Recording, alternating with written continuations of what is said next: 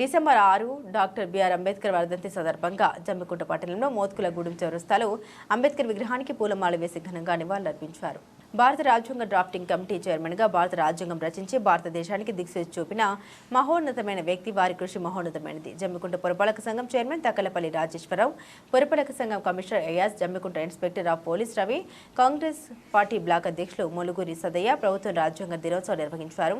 ఈ సందర్భంగా జమ్మికుంట ప్రముఖ న్యాయవాది కాంగ్రెస్ పార్టీ బ్లాక్ బి అధ్యక్షులు ములుగురి సదయ్య ఆధ్వర్యంలో భారత రాజ్యాంగ దినోత్సవం నిర్వహించడం జరిగింది. ఈ కార్యక్రమంలో కాంగ్రెస్ పార్టీ నాయకులు దేశిని కోటి, కాంగ్రెస్ పార్టీ యువజన జిల్లా కార్యదర్శి మొహమ్మద్ సజ్జు, దొంగల భాస్కర్, పొన్నగంటి రవీందర్, గుల్లి జపాన్, మండల ఎస్ఎస్ఎల్ కాంగ్రెస్ అధ్యక్షులు రాచపల్లి రమేష్, యూత్ కాంగ్రెస్ అధ్యక్షులు సజ్జద్ మొహమ్మద్, దళిత సంఘాల నాయకులు మేక మల్లరత్నం, పాండు తదితరులు దళిత నాయకులు పాల్గొన్నారు.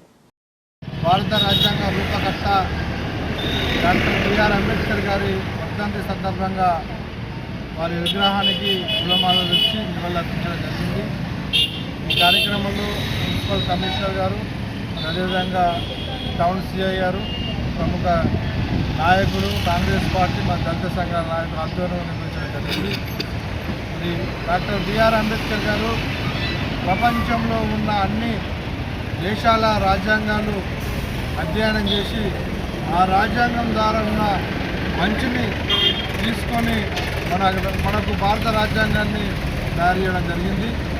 ఆ రోజు తాను కొందరు రాజ్యాంగాన్ని వివిధ దేశాల నుంచి వెళ్ళి అడాప్ట్ చేసుకున్న అంశాలు అంటే, ఒక మాట అంటారు, ఏ దేశంలో అయినా రాజ్యాంగంలో మంచి అంశం ఉంటే ఆ అంశాన్ని అడాప్ట్ చేసుకోవడానికి వెనకాడుగు వేయనని చెప్పడం జరిగింది.